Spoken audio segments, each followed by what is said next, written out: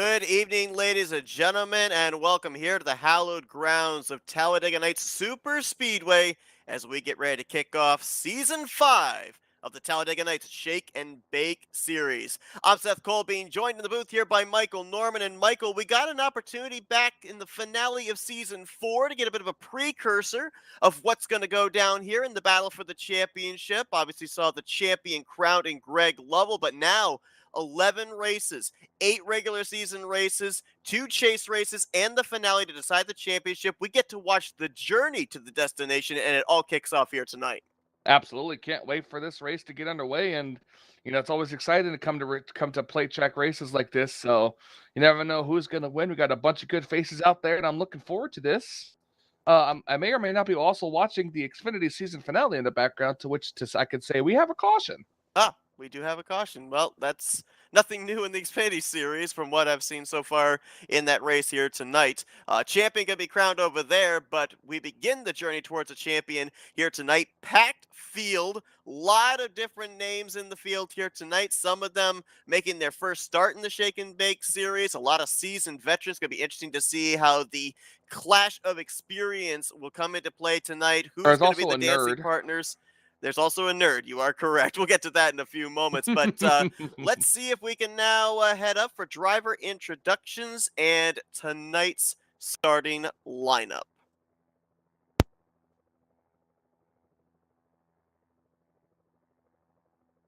All right, here's tonight's starting lineup for the season opener here in the Shake and Bake series. We'll start off the pole position. Nate Balser, 079, starting on the pole, driving the number 079 car out of Seattle, Washington. Good luck, all. Starting in row 1 in second position, Jeffrey Elliott out of Mooresville, North Carolina, driving the brand new Pennzoil Chevrolet painted by Rodney Sullins. I want to give a shout out to my brother Chris, my father, and the rest of you guys. Thank you for coming out here. It's an awesome 36 drivers, guys. Good luck to all. Starting third, driving the number 38 Black Rifle Coffee Rockin' Brew Chevrolet Camaro ZL1, Rodney Sullins out of Bentonville, Arkansas. Good luck, everyone. Starting fourth, number 043, Brian Lovell from Big Stone Gap, Virginia. I'd like to thank Frank Devins for the paint, and good luck, everybody. Starting fifth in the 55 Mountain Dew Chevy, painted by Rodney Sullins out of West Bend, Wisconsin. Starting outside row 3 and 6, Mark Paglia from Gainesville, Georgia, driving the 28 Ford Krabby Dick's Restaurant, paint from Rodney Sullins. Starting 7th in the 82 Marshall Thunder and Herd Ford Mustang, Craig Hagley out of Canaan Valley, West Virginia. Rolling off 8th, Kelly Causey from Agricola, Mississippi, driving the 00 Jiff Chevrolet. Starting out 41 from Big Stone Gap, Virginia. Let's go, baby. Starting 10th, that number 10 Doritos car, Chris Van Vliet from Annapolis, Maryland. Good luck, everybody. Rolling off 11th is Randy Wall from Huntsville, Alabama, driving number 21 Crimson Tide Dodge. Shout out to my sons Christian and Corey, grandkids Adrian, Asher, and Asa. Good luck, guys. Starting in 12th, Mike Mangialardi driving the 029 Ford Mustang out of Federal Way, Washington. Shout out to my friends watching at the Rainier Room, and good luck, everybody. Starting 13th out of Moundsville, West Virginia, driving the old Smoky Chevrolet painted by Rodney Sullins, Chuck McClure. Rolling off P14, Grant Wesley from Princeton, Indiana, driving a number 88 NOS Energy Dodge Challenger. Good luck, guys. Starting 15th, Stephen Brandstetter from Randlett, Oklahoma, driving the 510 Doritos, painted by Rodney Sullins.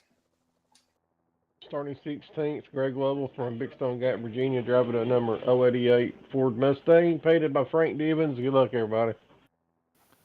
Starting 17th, 97 Dodge, Pat McCarsky.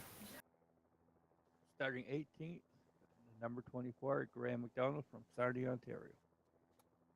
Starting 19th, Garland Oaks from the one and only Martinsville, Virginia, driving the number 67 Gold Peak T Toyota Camry. I'd like to give a shout out to Zach Roberts, our teammate tonight, which is going to take the win in his go-kart. John Godfrey, number 711, LaJoyce Camaro. Starting 21st, the 060 Perry Bond from, I believe, West Virginia. Good luck, guys. Rolling off 22nd is the 23, Doug Hewlick from Plum, Pennsylvania, and the Yeti-sponsored Toyota Camry. Shout out to my buddy Matt out in California. Good seeing you last month, and good luck, race. Starting 23rd, Bobby Farrell, Frederica, Delaware, and the number 7 Motorcraft Quick Lane Ford Mustang. Starting 24th, Bob Dixon. Driving the STP number 43. Good luck, all. From Waco, Texas, rolling off 25th is the 99 of Josh Mercurio.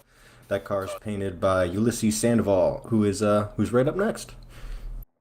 Yeah, and right up next, starting in 26 from Baltimore, Maryland, the one and only Ulysses the Papi Sandoval, driving the 96 San Luisena Express Toyota Camry. I want to give a big shout out to the team Wrecking Ball. Good luck, everyone.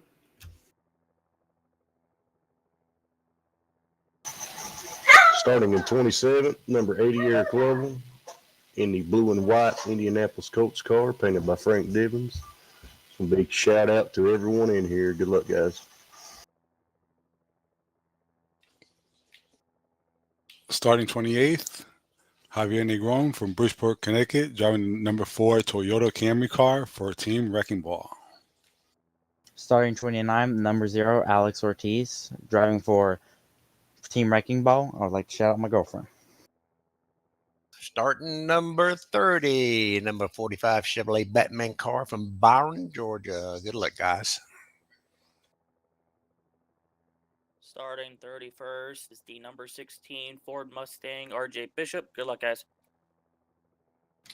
Starting 32nd from Fenton, Michigan, Sean Dotson, driving the number 091 Hako Soldering Equipment Pontiac Trans Am. Good luck to everybody.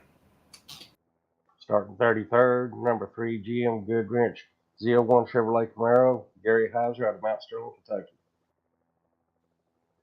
Rolling 34th, number 47, Andrew Miller out of Campo, Pennsylvania. Shout out to Jaden and my dad. Good luck, everybody. Michigan, Carm 71, Randy Claflin, the K&K Insurance Doc. Give a shout out to everybody here. Have a great night. In and out. Starting 36 to number 49. That is our lovely broadcaster. Let's move on down to Alex Moe. Starting last, Alex Moe, Southern California, 48 Lowe's Chevrolet. All right, so 36 drivers ready to take the green flag here tonight in the season opener, looking to maybe lock themselves up a spot in the playoffs with a checkered flag. Good luck to you all here tonight. Going to be a long one. Pace yourselves, and we'll hopefully be talking to at least 3 of you on the podium and 1 in victory lane here tonight. Thank you there, Seth. Appreciate you doing this for us. Thank you, Seth. Thank you, Seth. Thank you, Seth.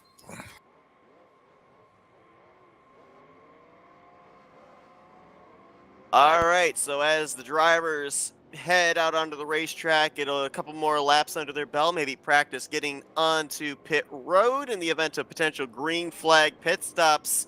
You could kind of hear it here tonight, Michael. A lot of anticipation out of these drivers, and usually the least amount of pressure for a driver in the season opener because everyone's got a clean slate. Everybody's got that one goal, just be the first one to the checkered flag. You've got another 7 regular season races to be able to formulate a strategy if necessary to get into the playoffs. All I heard was a nerd out of that 16 car, but but yes, all these drivers are going to be hungry for that first win here today, and it's going to be exciting to watch and see who can pull it off.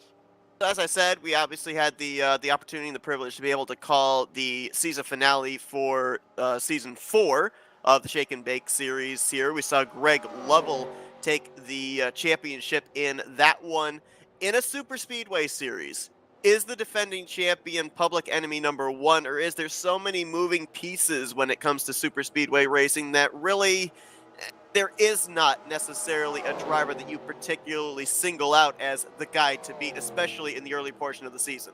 Well, I mean, I don't really know if there is, like you said, like a person you can just single out as like public enemy number one there.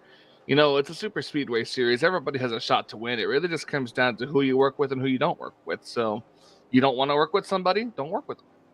It'll be interesting to see. I didn't get the opportunity to observe a lot of the paint schemes during practice, but I ended up hearing one driver in the field had the Dorito sponsorship. Be interesting to see if we have the Dorito gang, the Dorito team in the field here tonight. In the I'm on Fire series that takes place over on Tarnation TV, Blaine Donlan doing a great job over there. Chris Elliott, I think it was this past was Thursday night or Friday night. Chris Elliott ended up taking the checkered flag in a Mercedes-Benz here at Talladega Nights Super Speedway, and it was a bunch of the Dorito gang that ended up getting him to that checkered flag. As I said, I heard there was one Dorito-sponsored car in the field there on those driver intros. Be interesting to see if the Dorito gang will be out in full force here in this one. But 66 laps of racing here tonight as well, Michael. We know that based off of other series that we've done and everything, that's at least 3 pit stops that these drivers are going to have to make. What do you think? With the early preseason jitters, do we end up seeing a round of green flag pit stops tonight? Do you even prepare for something like that? Or are you preparing for a bit of a race of attrition since, as I stated before, everybody's on a level playing field, clean slate, zeros in the points column right now, and it's kind of almost maybe a bring home the trophy or bring home the steering wheel mentality for this first race? It's gonna be interesting to see. You know, it's gonna be an every man for themselves type of agenda. Like you said, starting clean slate, no points on the line. This first race, you got your friends, but honestly, it's all about getting that first W of the season. And so friends are where you find them. And at the end of the day, you know, it's gonna be every man for himself. And as you heard in those driver intros, 36 drivers. That's only 4 short of a full field going to take the green flag here tonight. So quick if update, you end up real sorry, quick. Yep. Say quick update. Wanted to update you for those since we are in happy hour right now. Just caution has just come out with the final 5 laps, so we're gonna have an overtime going with into all overtime in Xfinity. Well, that in worked Xfinity out real well in with the all truck 4 race drivers, last night. with all 4 drivers in the top 4. Well, I mean, aside from Sam Mayer, I have confidence in the other 3 racing each other somewhat clean. So we'll see if we end up having truck finale from last night, part 2. Cole Custer needs to have the Tony Stewart mentality of I'm gonna wreck your grandmother to win the championship. Wonder what they're gonna do for the choose cone. That'll be interesting. So. Everybody lines up on the inside. But here tonight, as I was going to mention, 36 drivers taking the green flag. So if you end up retiring out of the race early, you're going to be quite a ways down in the point standings. Now, granted, as I said, a win can change all of your problems and it can lock you into the playoffs. But we're going to have a number of drivers, I feel, also that are going to make their way into the postseason via points and their points positioning. 8 regular season races here in this series. We'll have 2 chase races, 2 playoff races, and that will set us up for who our final 4 will be in the season finale. All races going to be taking place right here at this racetrack every Saturday night here on FRN, and we are glad that you are along for the ride. Looks like we are nearing the close of happy hour, and then these drivers will grid up and get ready to make their way around this 2.66 mile super speedway to get the first race underway. What do you say that while these drivers are getting themselves gridded up and everything, let's go inside the mind of a driver and their preparation for this race. Why don't we dial up the defending? Well, I was gonna say we'll get to him, but why don't we dial up, get a little bit of pre-race strategy from the defending champion looking to go back-to-back here in this series. Why don't we dial up Greg Lovell? Okay. Hey, Greg, Michael and Seth up here in the FRM booth. You got a moment? Yeah, how's it going, buddy? Well, I'll tell you what, we see all the time super speedway series are some of the toughest series to win a championship in because it is so difficult to be consistent when it comes to super speedway racing. You come into this as the defending champion. Is there any kind of a strategy going into this one to try and be a back-to-back champion, or is it you got to just kind of play this thing by ear? It's mostly trying to just have good pit stops, keep your cars clean as possible, stay out of trouble, try to miss wrecks, work with your friends, and just try to do the best you can. Really, Seth, that's really all you can do. 36 drivers in this field here tonight. Do the bigger fields make the job easier, or do they make it harder? Excuse me, Seth, say that again. With the 36 drivers we've got in the field here tonight and expecting to have big fields during the course of this season, does that make the job easier from your standpoint, or does it make it a little bit tougher? Well, it definitely makes it harder. The more cars, the harder it is to get to the. If you speed in the pit and have to go to the rear, or you get stuck in that center groove and fall to the back, I mean, it's really, really difficult to get back to the front. So, I mean, you really got to pay attention to what you're doing and, just be smart, really. Run what line you think's the best line to run in and just do the best you can. We're looking forward to it tonight, seeing if you can get this 088 up there to stay at the front all night long. Greg, best of luck here in your quest to be a back-to-back champion in the Shake and Bake series. So you guys gritting up, we'll let you get to it. Thank you, buddy. Start your engines. All right, Girding up here at Talladega Nights Super Speedway as we're also getting ready to go green in the Xfinity race Nate for the first overtime. Indeed. Well, yeah, I was gonna say call it the first one because there may be multiple. Nate Balser, great lap in qualifying to put himself on the pole position for this one. Jeffrey Elliott, last couple of weeks I've been noticing he has really stepped up his qualifying program. I believe he was on the front row for the Fast and Furious Truck Series race last night. He's on the front row for this one here tonight. Matter of fact, if I remember correctly from the graphic I saw, I think he and Ken Roberts actually put the exact same lap time down as they shared the front row. And Ken's going to be rolling off from the 5th position in this one. Rodney Sullins there along with Ryan Lovell in row number 2. Got some big names up at the front, big names in the middle of the pack, big names at the back. It'll be a lot of fun to kind of watch them work their way up through the field here this evening. A lot of teammates in the field, a lot of drivers that aren't necessarily teammates, but they try and find each other to be able to work together. One of the bigger newcoming teams, I guess you could say, here this season with Team Wrecking Ball, with Ulysses Sandoval and Garland Oaks, Joshua Mercurio, Alex Ortiz. I believe Zach Roberts, I heard, was a member of that team as well. He's racing in real life here tonight, not in the field. He was actually in the conversation for that checkered flag a couple of nights ago on Tarnation TV in the I'm on Fire series. Cole Just Custer barely has lost won the out championship. Is he has won the championship? Good for him. It was a real big fight by the 7. He really put up a good fight, but unfortunately came up short. I hope there's cold custard in Victory Lane then. Andy's frozen custard. Oh, I hate these camera angles on this racetrack. Well, here we go. 66 laps of racing here tonight at Talladega Nights Super Speedway.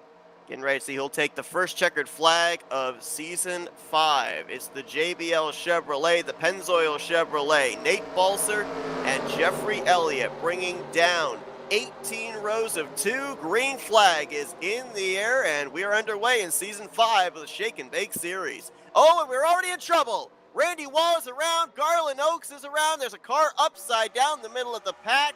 Caution's going to fly for the first time here tonight, just after they cross the start-finish line. It didn't take long, did it? It did not take long at all. Already, somebody probably missing a shift.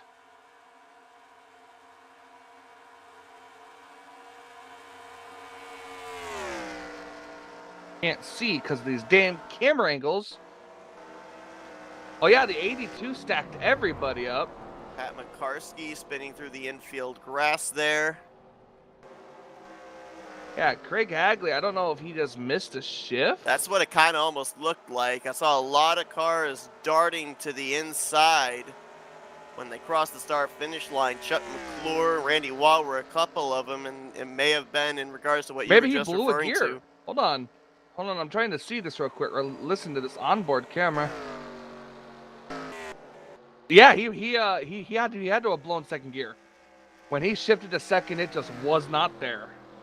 Nate Balser leading them back here to the pace car on the back straightaway for the first caution. Let's drop back and take a look at what happened. Two drivers are already out of the race. Didn't even complete one lap.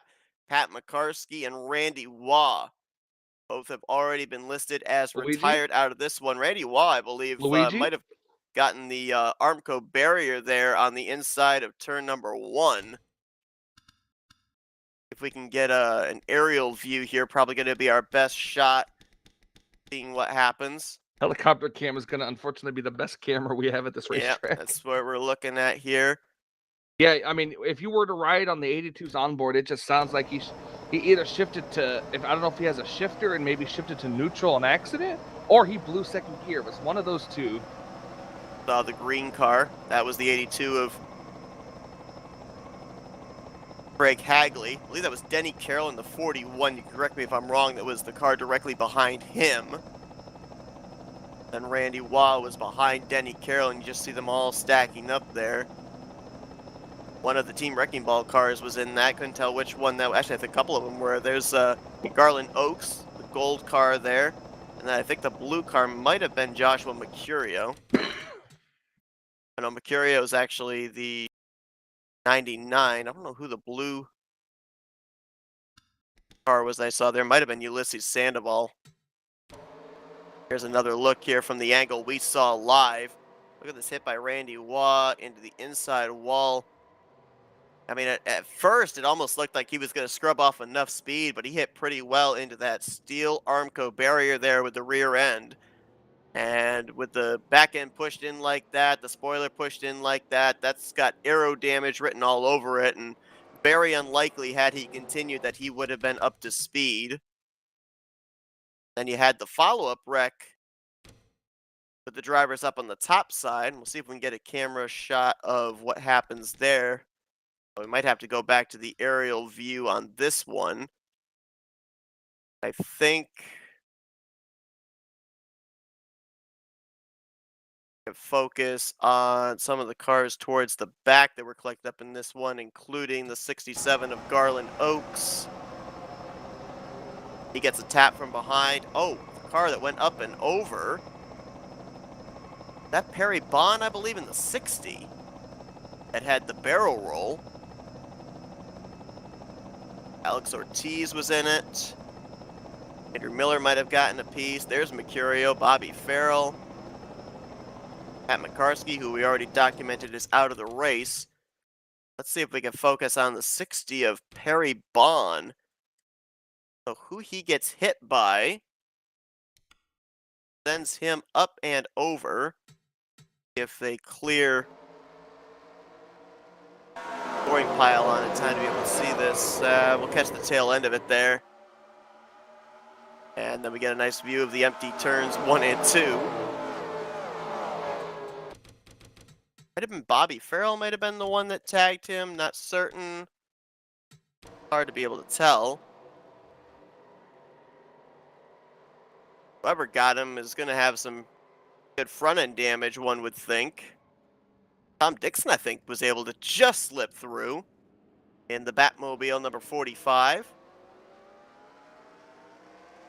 Looks like officially only 2 drivers out of the race, though that's 60 of Perry Bond. You can see the roof damage there. That car is not going to be up to speed for the remainder of this one, as we've yet to get the 1 to green. Couple of drivers coming down, topping off fuel. Alex Moe, Greg Lovell, who we just talked with, Andrew Miller, Chuck McClure, Barry Heiser, RJ Bishop, and others. Anticipating possibly the 1 to green next time by. So Randy Waugh will finish 35th in the season opener. Pat McCarskey will finish 36th, and Greg Lovell in the 088, I'm now seeing scored a lap down. Lovell fall out or something? Who are we looking at? 088, Greg Lovell. My scoring's got him a lap down right now. I don't know if he missed the start or if he fell out or what. Let's see. I don't see him falling out, so. Because he's on lap 3 or 4, so he's a lap down, so. Yeah. Maybe I don't know if that makes him eligible for Maybe lucky... talking to us made him miss the start. I hope not. And that's on you, Seth. It's all your fault if you made him miss the start. Hey, if he's the only car a lap down, if it kept him out of the wreck, unless he sat on pit road. I don't know if he would be. Oh yeah, he definitely missed the start because he just come off pit road when the caution came out. Oh. So this might have been a blessing in disguise in a way. Yeah, I mean, it might have given him his lap back. He could have been in that wreck. Yeah, and it should give him his lap back. Yeah, he should be lucky dog. So I would have 34 of our remaining drivers all on the lead lap. Lights are indeed out this time, so we'll go back green on lap 6 of 66. Nate Balser, Rodney Sullins, Ken Roberts, Jeffrey Elliott, Brian Lovell going to be the top 5. Then Mark Paglia, Kelly Causey, Chris Van Vliet, Mike Mangialardi, and Denny Carroll going to be the top 10. Looks like the top 12 down to Graham McDonald and Doug Hewlick did not pit under this caution. Had Grant Wesley in 13th on down to Tom Dixon in 27th. They all pit at least one time here under this caution period, and then a number of drivers pit multiple times, like Alex Moe and Sean Dotson, Andrew Miller, Gary Heiser, Joshua Mercurio, RJ Bishop. So just topping off that fuel tank every lap here under caution. Every drop of fuel could be important at the end of this one. Watching for that 088, see if I don't see him coming around as if he's going to get his lap back. He already went around. Let's see, where's he at? Oh, there he is. Still scored a lap down. We'll see if he ends up getting his lap added back, maybe manually here, rather than going around and getting his lap back. Joshua Mercurio catching up in the 99 car. Get ready. Go back green. These drivers looking for their first official green flag lap of the season.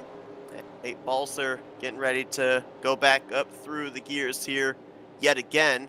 Keep an eye on the 82 of Craig Hagley, who will restart in 18th, because if what you said is true, Michael, he's going to have a tough time with restarts the remainder of the night, missing that second gear. Like the car behind him, giving him a little bit of extra space, just in case he's not able to get up to speed. Green flag back in the air here at Talladega Nights Super Speedway. Nate Balser going to lead him into turn number 1.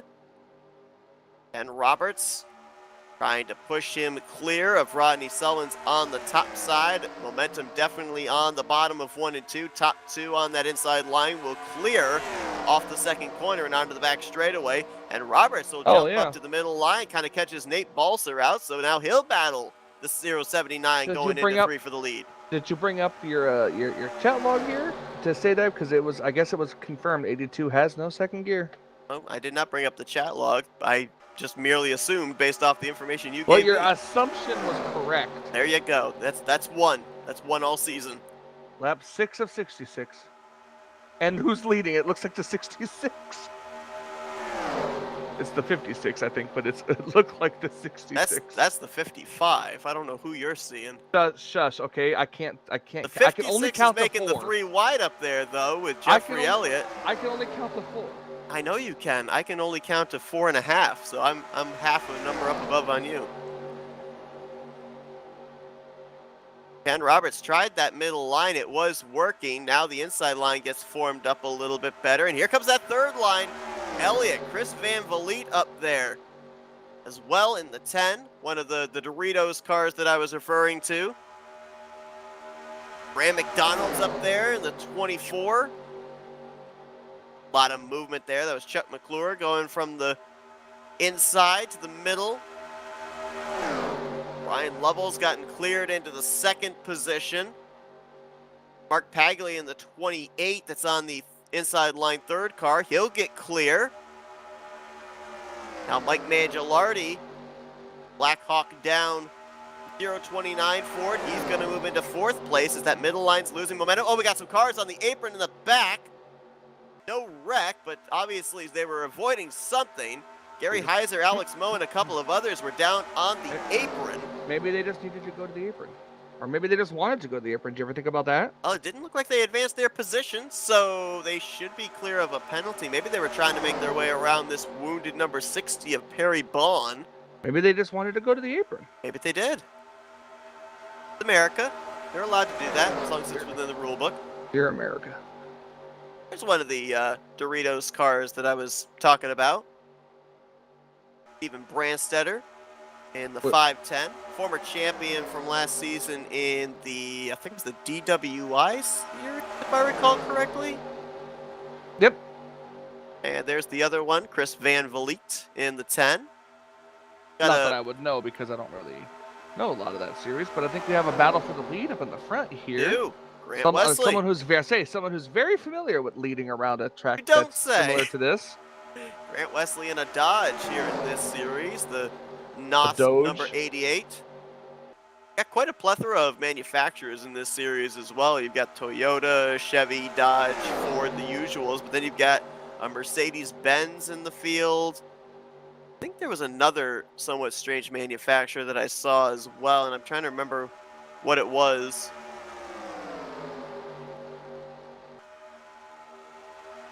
If we see it, I'll remember it. I can't think of it off the top of my head. Oh, there it is back there. I just saw it. Sean Dotson, the Pontiac Trans Am, 091. That's right. Jeffrey Elliott putting the charge on the extreme outside line there. Side line coming back with Nate Balser. Grant Wesley leading that middle line with Ken Roberts, Rodney Sullins, and Kelly Causey. There's only 4 of them right now lined up in that middle groove. Numbers are on the top and the bottom. Bottom prevails through the tri-oval. Lap led, I believe, by Nate Balser that time by. Oh, they're moving around an awful lot in that 3rd lane there. Chris Van Vliet, Chuck McClure, Graham McDonald trying to keep those bumpers lined up as tight as they can. Keep that momentum moving forward. Even the slightest amount of movement up or down in the corners is enough to kill the momentum and drop them back through the field. Kept it tight there on the back straightaway. Good run into turn 3. Elliott charging back on that outside line. Inside line, though, Nate Balser, Ryan Lovell, Mark Paglia just hugging that yellow lane. 3 wide. That is what? 6, 7, 8 rows deep right now.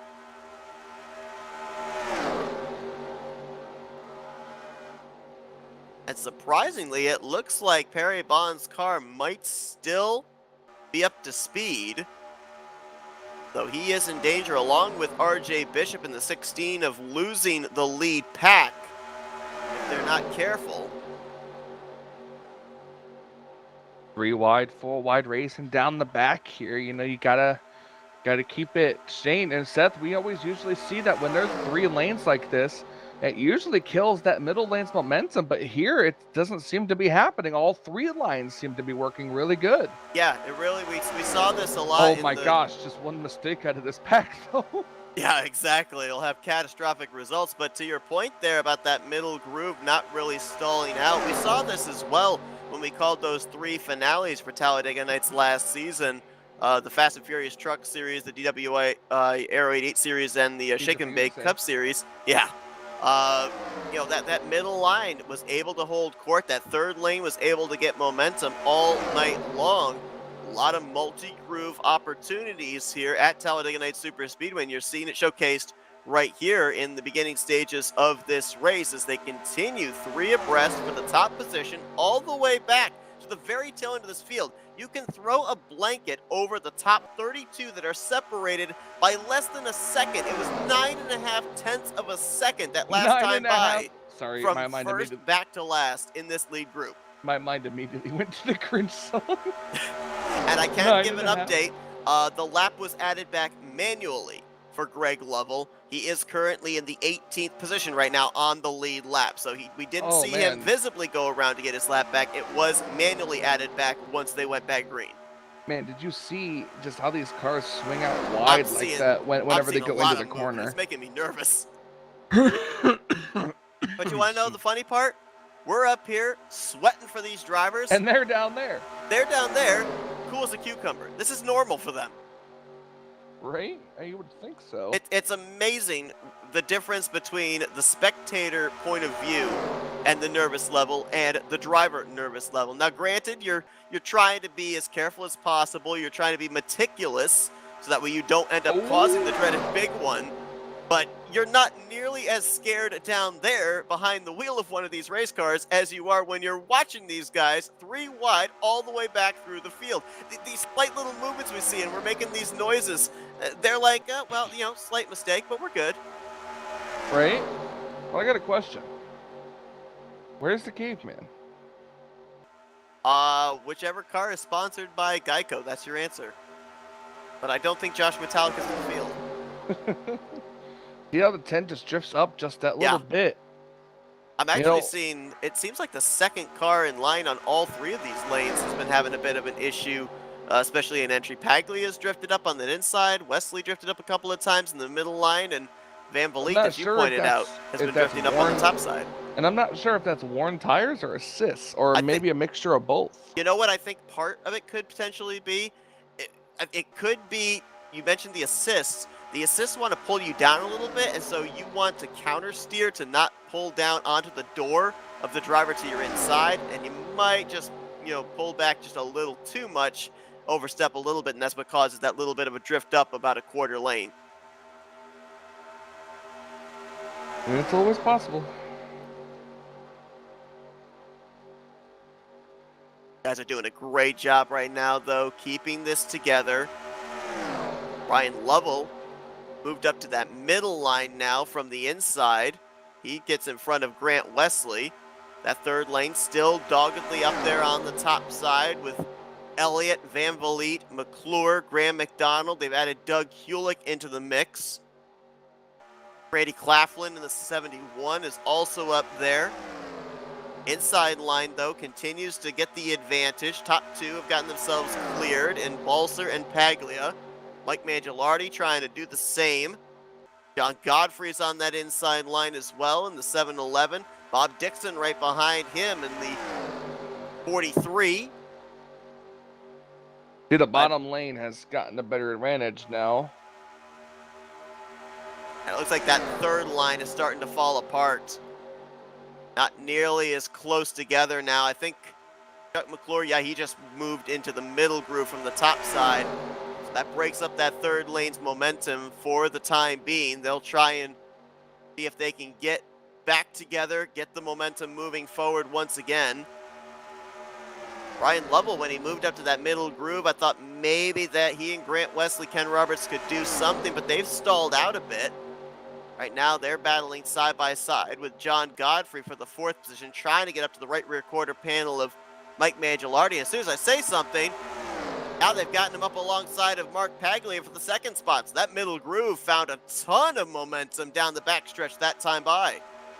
And I wonder if it's because that third line kind of dissipated. Now they don't have to worry about giving that extra space up there on that outside line. They got more room, more maneuverability to be able to, get lined up together and not be kind of boxed in like they were a couple of laps ago. Look at how much freer they are to be able to move up another half groove going into turn 1, and that's going to give the slight edge right now to the Tide Chevrolet of Brian Lovell off of turn 2. Oh, yeah. Third lane trying to form further back there. Ooh, Lovell's going to move down to the inside line after he got clear on Nate Balser. He might want that move back, because that's going to box him down the inside, and Grant Wesley, who still has the momentum, is going to pull alongside and ahead. To the front goes the NOS Dodge Challenger. Ken Roberts going to push him there. Right behind him is going to be Rodney Sullins, then Chuck McClure and Kelly Causey. A couple of drivers have indeed lost the draft. Harry Bond, who we documented with that roof damage after he barrel rolled across the start-finish line. Ooh, the 10 pulls out of the line down the back straightaway. Yeah, it's Chris Van Vliet. Not sure what's going on with him. Probably just wants to go to the back. Could be. Dropping the Mercedes-Benz towards the rear of the field. But Perry Bond is over 20 seconds back, as is RJ Bishop. It's hard to tell. RJ either got boxed in behind the 60 or he was trying to help keep the 60 up to speed, but it did not work. And both those drivers now, they are in danger of maybe in the next 10 laps or so of being put one lap down if this thing continues to trend in the green.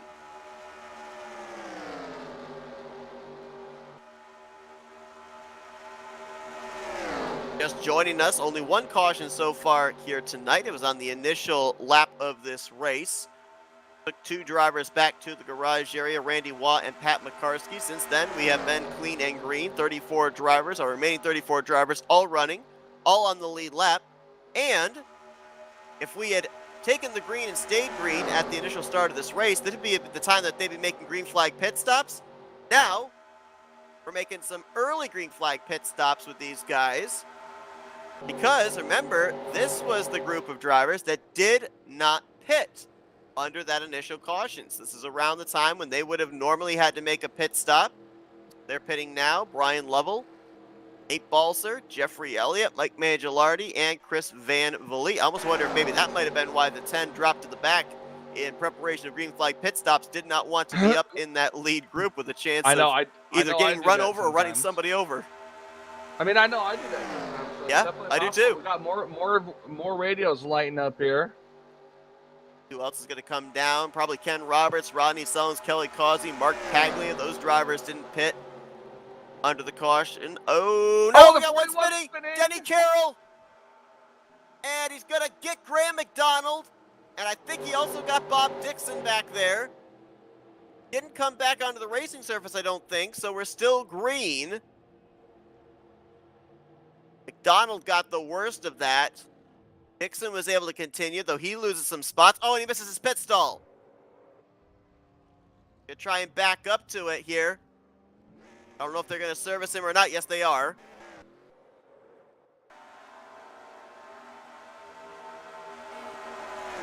Lardy and Van Vliet coming back out onto the racetrack after the completion of their service. Andrew Miller now inherits the race lead.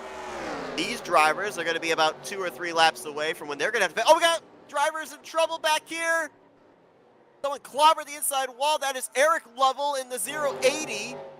Doug Hewlick is around. Ulysses Sandoval's into the inside wall. Van Vliet coming in to serve a penalty, I believe. He's into the inside pit wall. No caution. No caution. Where's the 080? Eric Lovell is on the racetrack still, but very rolling. Slow. Yep, he's rolling though.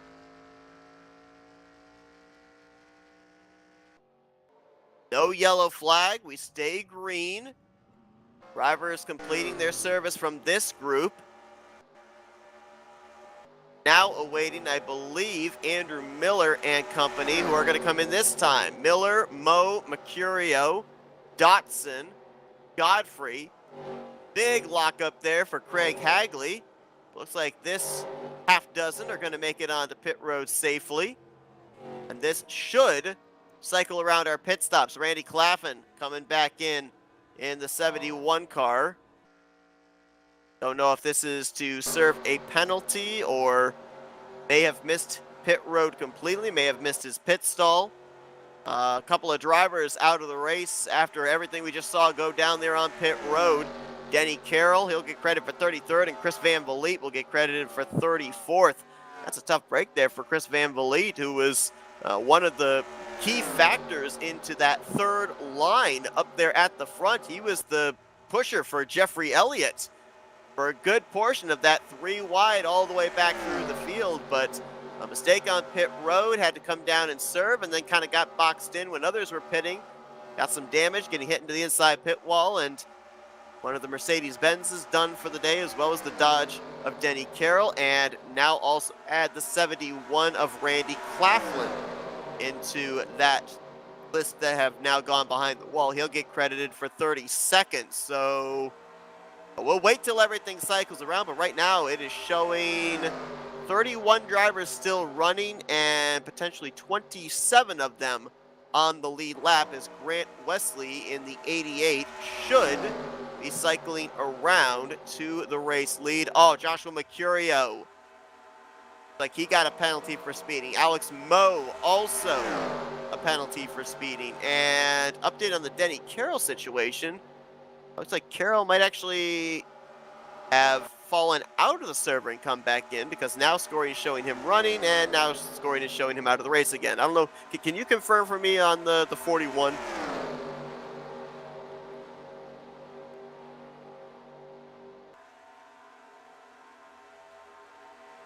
I guess not. Trying to see if somebody fell out of the server? I'm trying to see if the 41 is retired out of the race. The number 41 is correct, as well as the 71. Okay. The 71, the 41, the 10 have all retired from the race. Grant Wesley is right now being scored in second. Now he is the race leader. They had Greg Lovell actually as the leader that last time by. He got himself a bonus point for a couple of laps led. We'll wait to see where he cycles around to, as Wesley to the point. Chuck McClure will move into second. Ken Roberts third, Rodney Sullins fourth, and Kelly Causey will be the completion of the top 5. Mark Paglia in 6th, Andrew Miller now 7th. Sean Dawson, John Godfrey, and Greg Lovell will drop back into the 10th position in the 088. We have 31 drivers running, 29 of them currently scored on the lead lap. Next time we have another round of green flag pit stops, should we get to that point, we're looking That was somewhere a lot in the range of melee about coming to the pit road in this stop too. Yeah. You know, we got a lot of cars spinning, and so like we go to so yeah, it's easy for me to say. Say for you guys is hot pitting is not necessarily the easiest thing to do. No, not at all. And especially, too, as we saw, like 2 or 3 groups of about 10 to 12 drivers. Very difficult to make sure you adhere to everybody else's braking zones. And let's also remember, too, I know that a number of these drivers have taken part in the season openers for the respective series this season, like the I'm on Fire series and the Fast and Furious Truck series. But I'm on fire, Ricky Bobby. In terms of the Shake and Bake series, they've had about a month off season, so might be a little out of practice with these Men Cup 19 cars of coming to pit road under green. That's true. That's true. It is. That's true. But also, you got to remember, a lot of these drivers that are racing here also racing other online series too. And granted, it's not the same car, but not pointing fingers or nothing like that. No. But also remember too. I mean, you look at a lot of these drivers. You look at the drivers we've got up right now inside of the top 5. These guys raced against each other on Thursday night, so there's a comfort level. Which, by the way, we are going to be returning to now that our vacation is done. Yeah, November 9th, we're back for RTG Talladega Nights. Their playoffs are actually underway right now, and Grant Wesley's going to be one of the ones to watch, because I believe he had connection problems last Thursday night, so he's below the cut line right Grant Wesley now. is always one to watch.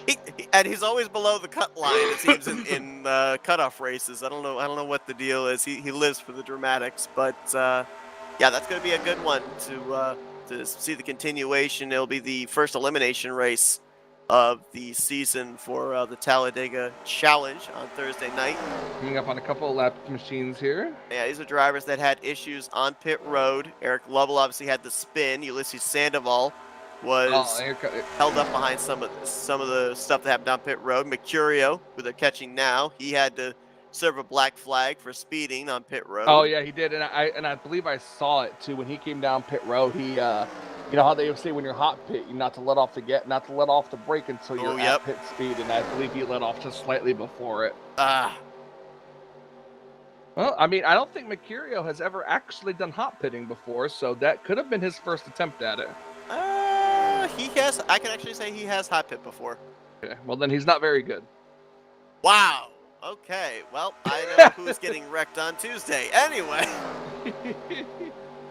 got another car they're catching up to. I think that's Graham McDonald in the 24.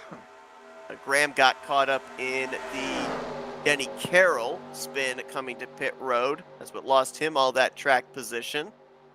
As up in this lead pack right now, we've got 13 drivers back to the 56 of Jeffrey Elliott. Some lap cars intermingled, so you've kind of got the race within the race as well, because you've got the drivers that are battling for the 2 lucky dog positions. You've got Tom Dixon, Joshua Mercurio, now add Graham McDonald, Ulysses Sandoval, Eric Lovell, all in that conversation right now. Man, this guy over here. I'm gonna pull out a beverage. I don't know, my throat just got dry all of a sudden.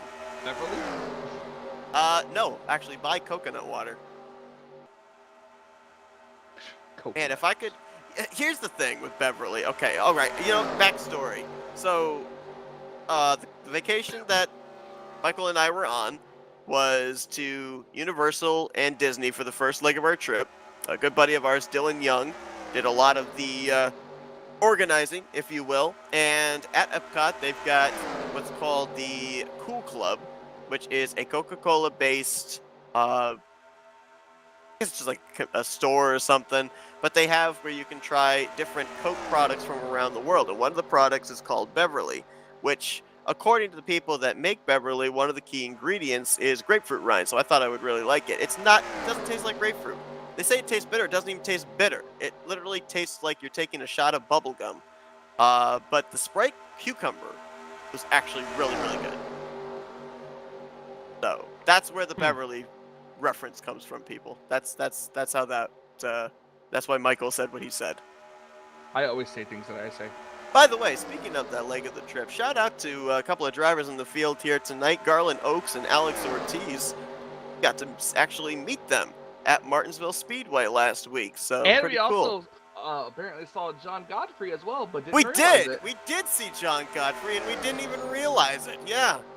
Godfrey turned up in one of the photos that we took, and I didn't even know he was there. He was literally within shouting range across the pit wall from us. Didn't even know he was there, so sorry, John. Would have loved to have been able to met up with you and said hi. Didn't even know you were there. Andrew Miller, I don't know if something just happened with the 47, but he backed out and drifted back from 6th to around 8th, in front of John Godfrey, behind Sean Dotson. I don't know if maybe he just didn't want to be leading that line there or what the case was. Back to maybe a more comfortable position. Oh my gosh. Sean Dotson, boy, he must have went to the Matt McIntyre School of Cars because I know, he's right? driving That a Trans Pontiac. Am. I guarantee you, if Matt McIntyre is watching right now, he is a Sean Dotson fan. But you know what? You look at some of these drivers up here, and, kudos to them on the strategy call. Dotson, Miller, John Godfrey, these are drivers that, remember, pitted multiple times under that initial caution period. So they were better on fuel. They were able to pit later. And yet, even though they came to pit road with, I think there were only 6 of them that came to pit road together, they came to pit road cleanly. They left cleanly.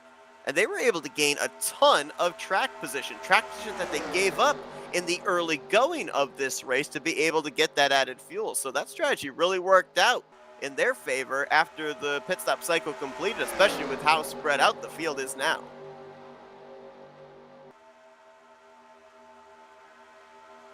Yep, single file. This is the point in the race at halfway where they'll just kind of run single file here until roughly about the next round of pit stops. Somebody 7 coming out of pit road right now. 2 laps down, I just noticed for Bobby Farrell, and I would assume that is an unscheduled pit stop for him. Or maybe it's just completely scheduled. It could be too. He did have damage. Oh, look at this I do duo know he was on the back involved in straightaway. that lap 1 incident. Look at this duo on the back straightaway going into turn 4 right now. Yeah, there you go. Garland Oaks and Alex Ortiz working together there. Trying to stay on the lead lap, but it's not gonna last very long. Yeah, they're gonna need a yellow for sure because this group is right now running lap times about 1.8 seconds faster than that group, or that duo up ahead of them. A couple of corners up ahead of them. We're also not that far away, though, from when we're going to have another round of pit stops, though, Michael. I think we're, less than 5 laps away from when these drivers are going to have to start coming back down pit road. They all were pitting around between laps 21 to 24, so, yeah, we're right in that window. They're going to have to come back down again. Eric Lovell. Oh! Oh, sorry. What? Oh, no, that's just me. I think the 88's lagging. Oh, okay. I went to change cameras to another driver and everything started whacking out crazy on me. Oh, okay. I was like, what am I missing? What's going on? It was like someone just got shot down to the inside, but that wasn't the case. I wondered if the commentator curse has struck again because I just mentioned caution. I hear you go, oh! It's like, oh, yep, I did it again, didn't I? But Eric Lovell in the 80. We can add him to the list of drivers. That will not reach the conclusion. He just came to pit road a couple of laps ago and put it in the garage area. He'll finish in 31st. So now 6 drivers back behind the wall at this point in time. Tom Dixon, Graham McDonald, right now in this lead pack, are the first 2 cars 1 lap down. Would be in the lucky dog positions.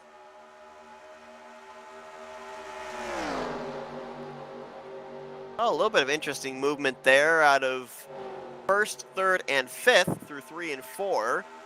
If they might have been getting ready to key up, coming to pit road. Ooh, movement there. Kelly Causey and Mark Paglia in the 5th and 6th positions. These guys getting a little antsy right now. I wonder if I think they are getting ready to queue up. Have the hands out the window, put the messages up in the chat that they're coming to pit lane. No doubt Grant Wesley's going to be one of the first ones onto pit road here since he has led 18 laps and he's led pretty much every lap of this green flag stint. I believe Eric Lovell has retired as the 80 car has also retired out of this race. 30 drivers still running. 21 of them for the time being on the lead lap, but there's a bunch of drivers just up ahead on the tail end lead lap of the race leader, including Garland Oaks, Alex Ortiz, but also Mike Mangialardi and Doug Hulick aren't that much further ahead of those a caution is what's needed to save them. For sure. We've had, 6, 7 drivers that have had pit road speeding penalties. There's been another half dozen drivers that have had spins coming onto pit road. These drivers here, yeah, they were successful on the first go-round, but they may not be successful this time by, so they're going to have to try and survive again, as I think I might be seeing some hands out the window. Let's see if anybody makes the dive off of 4. Yep, here they come. Oh, someone's spinning. Yikes. Oh, nope, that was just Garland. Left a big cloud smoke there. Oh, Alex Ortiz is going to get Chuck McClure. Oh, no, Alex. And they're spinning further back there. No, they didn't. They saved it. Jeffrey Elliott and Nate Balser almost went around. Yeah, but that's going to cost Chuck McClure a lot of time right there. It is. Fortunately for him, he made the commitment line, and he, I think, got it woed down in time. So he wouldn't get a penalty for speeding. But that's going to be costly for him. He might get that 30-second, though. I don't know how many of these drivers actually race with smoke on, but that was a heck of a smoke cloud there from both Garland and Alex locking it up for the leaders to have to make their way through. As Kelly Causey coming in this time. Tom Dixon, Perry Bond. Causey coming down all by his lonesome of the lead lap cars. Oh, Jeffrey Elliott out of the race. When did that happen? Just now. The 56, right? Yeah, I don't know All right. why. I will 'cause look at it real quick. didn't even have a half spin on pit road from what I saw when they came down on entry, unless something happened further on down pit road that I didn't see. Oh, that is a tough break there for Jeffrey, who was having a great run tonight. Started on the front row, up in the top 10, top 12 all evening long, was in that lead Perhaps pack. something happened, or maybe he had the wrong button when he came down pit road or something. I don't know. I don't but know. Man, He came on pit road perfectly fine, pulled into his pit stall, and then just retired. Dotson Miller, Graham McDonald, and Ulysses Sandoval all on pit road this time by Black Flag 55 Ken Roberts. Dropping like flies here on this second round of pit stops. The 55 will have to come down pit road and serve that penalty. And he was in 7th place, right in front of Grant Wesley. Man. There's a lot of cars one lap down right now. Only 9 cars on the lead lap. Yeah, well, that will cycle around, I do believe. We're waiting on this group of 4 to come down pit lane. Godfrey's coming in this time. Kenner did not come down pit road this time to serve his penalty. Should give him about 2 more laps to do so. Greg Lovell's going to cycle back up to the point again in the 088. He'll probably stay out an extra lap or 2. Then he'll be on pit road. And that should turn the lead over, I believe. Well, at least last time scored, it was Sean Dotson in the 91 that was scored 3rd. We'll see if it updates Dotson or Wesley. Let's see, where is the 91? Javier Negron, looked like he missed his pit stall there. He had to back up to it. Ken Roberts coming in this time. Yeah, here's the battle for the lead. Right here. Once Greg Lovell comes to pit road. Dotson in the 091, Wesley in the 88. And he did. Greg Lovell and Mercurio are on pit road right now. So this is going to be the battle for the lead now. As Wesley, with help from Rodney Sullins around the outside. Out there. I think, yeah, Godfrey, no, He Godfrey comes just, off of pit- he's he's just only coming by on pit himself. road. He's about to get swallowed up, but Yep. He might be able to latch onto this lead pack, though. I think he should be able to. Got a group back behind him there with Brian Lovell, Chuck McClure, as well as a couple of lap cars and Graham McDonald and Ulysses Sandoval. They're hoping that they race double file up here in this lead group so they can catch. And Grant's going to go to the point. Rodney Sullins moves into 2nd. Andrew Miller in 3rd. Kelly Causey will be 4th. And I believe Sean Dotson's going to be the 5th position. The 23 of Doug Hulick is a lap down right now.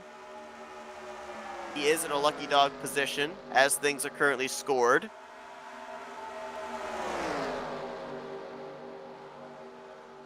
There's Greg Lovell in the 088. I was going to say they were going to probably be catching him in just a moment. Greg's going to try and keep himself in the lead pack. There's the 82 who has no 2nd gear. Yep, Craig Hagley. He's been very happy that we haven't had. Gonna open the door here. Comes the 47 of Al Caution. Oh, yes. Yellow flag is out. I don't see anything. Whoa. Tell why the yellow flag waved. Well, let's see. I'm going to go back to when the pace car's lights came on. Yep, I'm not seeing anything, at least cycling through. We'll see if we can figure it out here. Okay, right here. Pace car lights are on.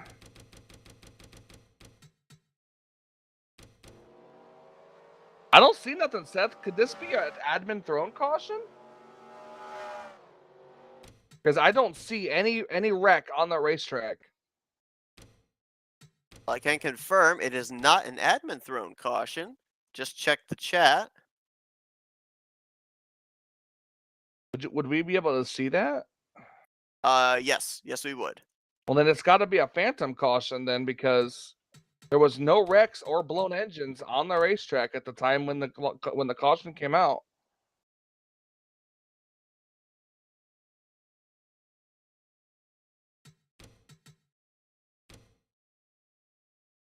Wonder if maybe someone was dropping debris? Wouldn't that count as like a blown engine? I don't know. This is an odd one.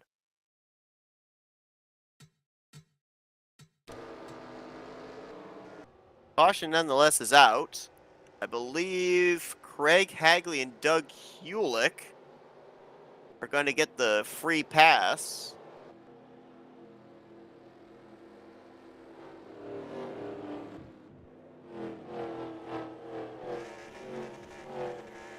Everybody that's on the lead lap going to take the opportunity to come down pit road this time. No surprise, because they should, if my math is correct, should be able to make it the rest of the way now on a full tank of fuel. It would put them to about lap 68 that they could go to, which would put them over regulation. Kind of an academic choice, and Andrew Miller actually won the battle off of pit road, I do believe. Nate Balser elected not to pit. He looks like he might be trying to save the necessary fuel here under pacing. So some different varying agendas here. And there are a lot of drivers I see here, Michael, that could potentially be taking the wave around. Yeah, but would that be worth it? Because you're not allowed to pit. Would taking the wave around really be worth it? It's your only shot though, isn't it? Because think about it. If all these drivers we've got right now, based off of what I'm looking at, we've got about 17th down through 26th. So we've got about 10 drivers that would be looking to take the wave around. If you catch a caution, then you're on the lead lap. But if you all come to pit road and stay a lap down, only 2 drivers can get back on the lead lap with the lucky dog. It's a very tough decision because, like, in your mind, you're thinking that there's going to be at least another yellow before the end of this race, obviously. But the problem is, when is that yellow going to come out? Is it going to wait till the final 5 laps when the race will end under yellow? So it's like, yes, you kind of want to take the wave around. And I guess, granted, some of these cars did just pit. But at the same time, it's like you don't want to be that deficit where, well, I'm not going to pit, so now I'm going to take the wave around, but I'm not going to be able to make it on gas. Well, like some drivers adhered to what you were talking about, because we got a bunch of them coming down pit road here. Hagley, Hewlick, Mangialardi, Dixon, Farrell. I believe that we have only 1, 2, 3, 4, 5 drivers, I believe, that are going to elect to take that wave around. Most drivers adhering to that advice, like Rodney Sullins, will cycle out to the race lead. We're going to try something here. We're going to see if we can figure out exactly what the caution came out for. In order to do so, though, we're going to go into an FRN race break, and then we will be back to the action here for the upcoming restart. We've got 29 drivers still running, by last scoring 19 on the lead lap when we end up having the wave arounds, and Rodney Sullins is your current leader as this restart coming up will be with in the vicinity of 15 laps to go. Don't go anywhere. Coverage will continue right after this FRN race break.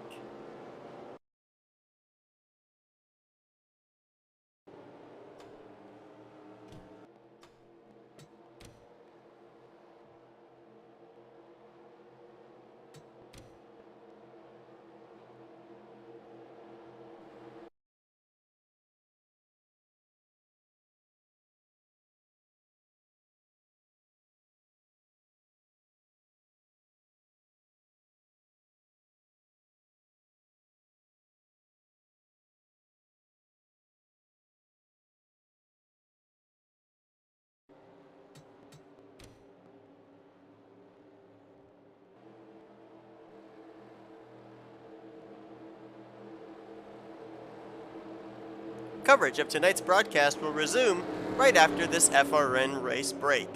If you enjoy what you're watching tonight, be sure to give this video a like. Also, it would help us out a lot if you'd hit that subscribe button, and be sure to hit the bell to be notified when we go live here on the Flatout Racing Network. Coverage of tonight's broadcast will resume in just a few minutes. Hope you continue to enjoy tonight's presentation.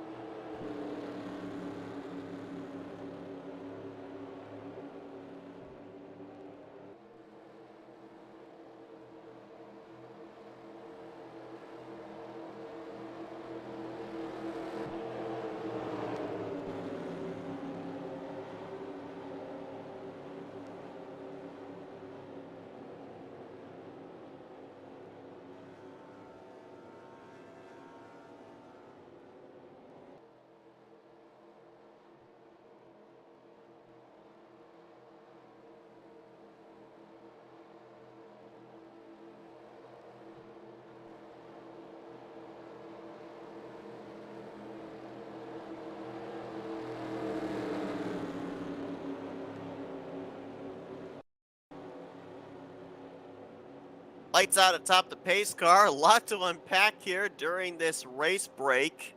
You saw Alex Moe there going down towards pit road exit. 48's got a black flag, which I'm assuming may have potentially been during the green flag pit stops. Don't know if that's going to get cleared or not.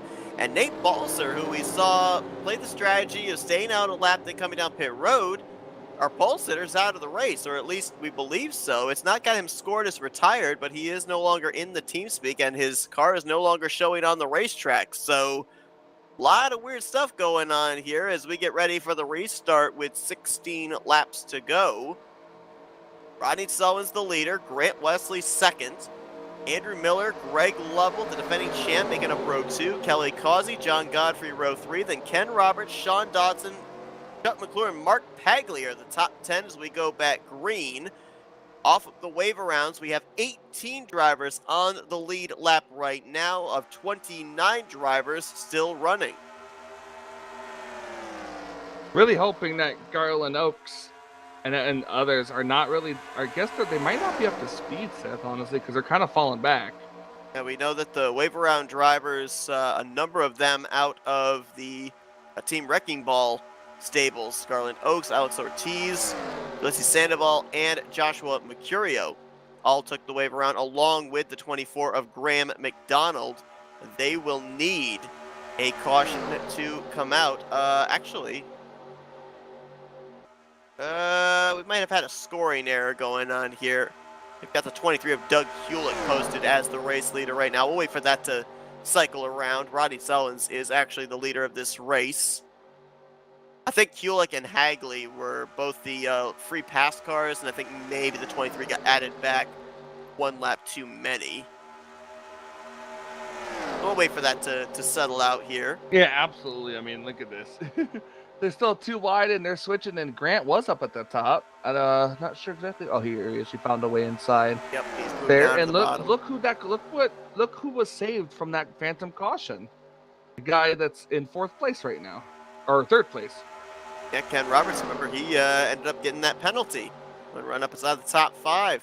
Experienced green flag pit stop, had to serve it. And now back up here in the thick of things. That caution also saved Chuck McClure. Granted, he was still up inside of the top 10, but he lost the lead pack after the 2nd round of green flag pit stops, and now he's up here. Oh, and the conversation is Sean Dotson. A lot of movement there out of that Pontiac Trans Am. Andrew Miller on the outside trying to lead that outside lane, but not many up there at the moment. I'm sorry, that's not Brian Lovell. That's Greg Lovell and Wow. John Godfrey We did just mislabel him. There's 3 levels in the field, so I mean, you got a 1 in 3 chance you of know getting that it right and a 2 in did you 3 know that chance my of getting it elementary wrong. my elementary school's name was Lowell? Was it? Yes, it was. Maybe they're related? Related to the school. Maybe? Who knows? Oh, Kelly Oh, boy. Causey! Oh, Hang he on. saved it. Got really light, got a tap from behind from Ken Roberts, and he's gonna, oh, come back up into Gary Heiser, and we've got a caution. And we got a Kulik, caution. Bob Dixon, they're still wrecking up ahead with Mark Paglia and Heiser. Yep. Greg Heiser. Oh. And look who made it through. The nerd. Haven't really seen much of him. 28, but he's. I'll tell you why you haven't seen much of him, 3 because laps to about go. There's 3 laps half down. of the lap he's not actually there. RJ Bishop's been warping up a storm here tonight. Oh, We can make fun of RJ Bishop because he's a racing teammate of ours at Fortnite Squad Racing. So yes, you heard that right. He promised Fortnite us Squad he would Racing. flip tonight. So far, he has not met his quota. As in he himself flip, or just a flip in general? No, him flip. Well, it'll be interesting to go back and take a look at this because we know that initially the contact between Kelly Causey and Ken Roberts kind of led to what happened over there, but I wonder if the 00 came up or if everybody, in reaction to thinking he was coming up, may have overreacted and that led to the contact over there. We'll take a look via the replay.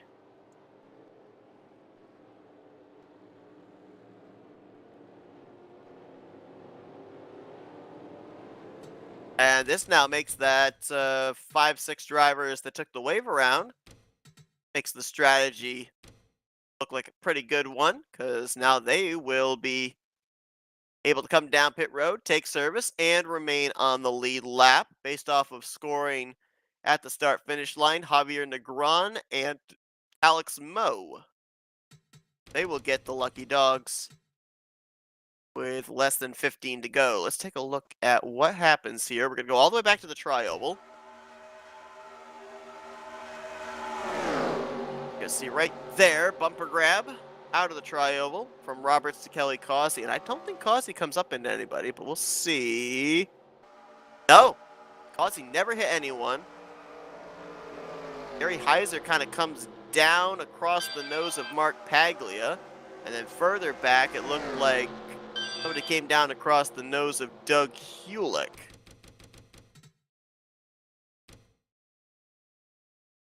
If we can get focused on 3 of Gary Heiser.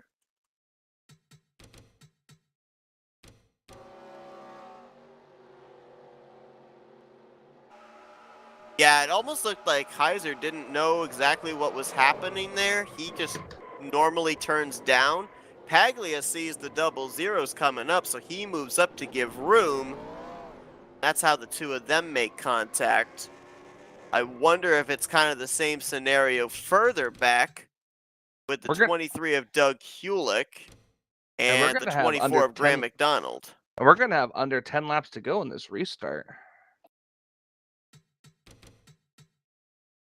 Remember, there's no overtime in this series. 66 scheduled laps as, oh, well, looks like Doug Hulick saw the wreck ahead, got on the brakes. Graham McDonald did not react in enough time, gets into the back of the 23, and then they both get up into the 43 of Bob Dixon, who's done a great job of keeping his nose clean here tonight.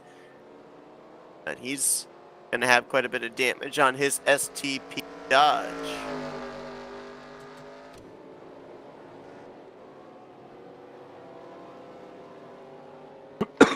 Most everybody, at least up at the front, made their last pit stop of the night back during the last caution, so we will more than likely, outside of crash damage repair, not see them on pit road for the remainder of this one. Did have a couple of drivers about the back half of the field come down pit road. A number of them the wave around drivers. And we got some others coming down pit road here. A number of the lap machines, including the 2 lucky dog drivers, the 4 and the 48. might get the 1 to green this time by, but I think we're going to be at 2 to green. Rodney Sullins showing the way in the 38 car. Well, we got the opportunity. Let's run you through your lap leaders so far here tonight, as we are at 10 laps to go this evening in the season opener of Season 5 of the Talladega Nights Shake and Bake Series. So far, most laps led Grant Wesley. He's led 20 laps in total. 15 laps for Nate Balser, the pole sitter. Those are the only 2 drivers that have led double-digit laps so far tonight.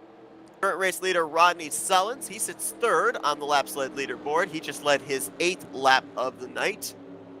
4 laps led so far for Greg Lovell, the defending champion. 2 laps led for Andrew Miller. And then 1 lap led apiece for the following drivers: Ken Roberts, Sean Dotson, Brian Lovell, Kelly Causey, and Doug Hewlick. Andrew Miller has led a lap, huh? He has. It's been under a caution. He hasn't led 1 lap. He's led 2. 2? And they were under green. Oh, really? Yep, during the first cycle of green flag pit stops, actually.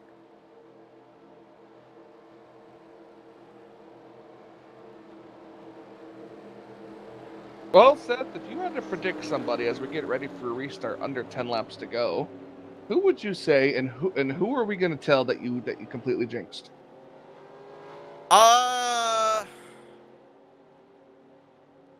Hey, I'm loving the mojo of what I'm seeing out of the 088 of Greg Lovell. All right, so when he loses, we can blame you then. Well, when he wins, I'm taking credit too, because I feel like, I don't know if it was the case or not, but when we talked to him pre-race, we might have had him miss driver's grid, and if that's the case, he missed the big wreck, and so I'm taking credit for it. We'll see what happens. We'll see. The 3 has no back bumper. It has an exposed fuel cell. That is a safety hazard. Well, they're just going to push it. Can you push it if it's not there? They're just going to stick their nose right into that fuel cell. All right. We should get lights out this time. And that will leave us with 8 laps to go. Yeah. Ulysses Sandoval is the car down on the apron there in the 96. He is ultra saving right now, apparently, in that Toyota.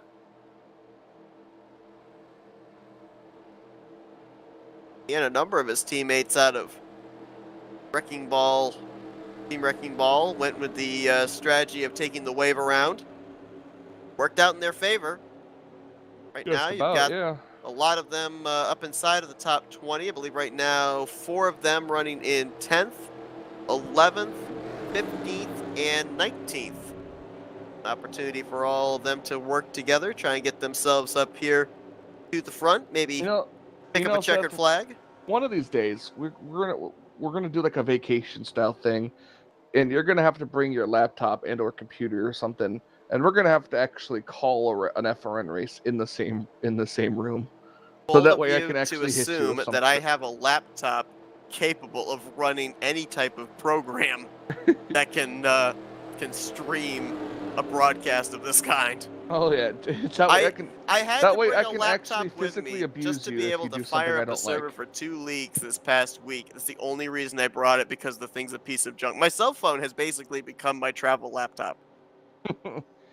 Nah, it's that way so I can physically abuse you when you do something I don't like. All right. Anyway, that's out there for the world to hear. By the way, want to acknowledge 21 people watching us here tonight. Oh, I always acknowledge my tribal chief, Anthony McCurry. I'll tell you what. But 21 people watching us here tonight in preparation for this final few laps of tonight's season opener. Appreciate everybody tuning in here tonight. Hope you guys are enjoying our coverage of the Talladega Nights Shake and Bake Series, the season opener, first checkered flag on the line. And right now we have 20 drivers on the lead lap with a chance at it. Green flag back in the air here at Talladega Nights Super Speedway. Have we seen our last yellow flag? We'll wait and see. We are 3 laps away from that point of no return. Oh, someone disappeared. 88, I think. Stop jinxing. The 88 is gone. Grant Wesley has completely disappeared. I don't know if he's going to reappear in the middle of the field or not. That's got to be a pins and needles moment for everybody up in this lead pack. Oh, I don't see him back yet at all. Did he fall out? I think he might have fallen out. I just saw Yes, chat he did. light up. Yep, he did. He has fallen out. Oh, man. Second time in the last, 3 days he's been struck with internet plagues. Oh, and Andrew Miller went to the outside lane, and the 38 of Rodney Sullins with a quick block. Big block there. Rodney Sullins on Andrew Miller. That opens up the door on the inside for the defending champion Greg Lovell. He'd love to punch his ticket back into the championship picture in the playoffs here. Be able to kind of maybe put his feet up a little bit for the remaining 7 regular season races, but Sean Dotson not close enough to be able to offer the drafting help necessary down the back straightaway as middle line continues to prevail. Look at that outside line. John Godfrey, high, wide, and handsome. Craig Hagley, who had the gear issues at the initial start of the race. He's up there now inside of the top 10 in the 82 car. Middle lane dying off now. Rodney Sullins doing some good blocking, seeing where the momentum's at. Ditched the middle line, jumped to the bottom in front of Greg Lovell. Got a couple of cars clipping the apron there through the triangle as they'll make it back and complete lap number 60. Little bumper grab right there, I think, between the 38 and the 088. That could have been bad, but they keep it together. Now Dotson moves into third. McClure looking high for fourth. Sandoval fills the hole down low. It's getting interesting as they're also coming up on a slower car. Trying to tell who that is. I can't make it out. It is Grant Wesley. It is the 88 of Grant Wesley, who's returned back to the server, albeit 1 lap down in the 26th position. Far cry from the 4th position he was scored in when they took the green flag for potentially this final restart. Top 4, top 5 now single file. How about Steven Brandstetter in that Mercedes-Benz? He's moved into the 5th position, trying to represent the Doritos gang here tonight. All it took was a couple of well-timed cautions to get some of these drivers back up here. Oh, somebody just hit the wall. The 55. That's Ken Roberts. He just slapped the outside wall. Kept Look it who's straight. made his Everyone way. avoided. Look who's made his way into the top 10. That's the 67 of Garland Oaks. I saw playing him possum creeping earlier his this way race. up on that inside line. Got Chuck McClure moving up there. Bobby Farrell in the 7th moving up here, although he is a lap down. We got a couple of lap machines up in this lead group that could still be an X factor, still be a pusher for somebody here on the lead lap trying to win this race as they're going to make their way around the 88 of Grant Wesley. Seth, you need to make your disclaimer now as we are approaching that lap. All right, disclaimer as usual. We are at the point of no return. We will stay at the front if trouble breaks out. We'll go back during pacing laps or during post-race to see what happened, but we will stay at the front to see the race back to the start-finish line, whether the flagman has the caution in his hand or the checkered flag. And there's a spin. That's Garland Oaks and Chuck McClure on the inside. No caution. It was below the yellow line, off the racing surface. We stay green. I watched that happen. The 17 went from the outside to the inside, and unfortunately, Garland was there. Those two just made contact with very bad Drivers hitboxes. were up inside of the top 10, 6th and 7th last time by. That is not where they will finish tonight's season opener. At the front, top 2 clear, side by side for 3rd. Mike Mangialardi on the outside, Sean Dotson on the inside. 3 to go here at Talladega Night Superspeedway. And outside lane really trying. How about They've the got a bit of a 48? gap on the inside right there. There's a bit of a gap between the top 3 of the inside, and now the 088 goes to the outside. Keep an eye back there. Alex Moe, the Lowe's red vest Chevrolet. There you see him peeking out in that inside line. Started shotgun on the field. Kind of seems to be a staple of his, where he'll start at the rear in these super speedway races and be up there at the front late. He's now up around the 7th, 8th position after getting the lucky dog under the last caution.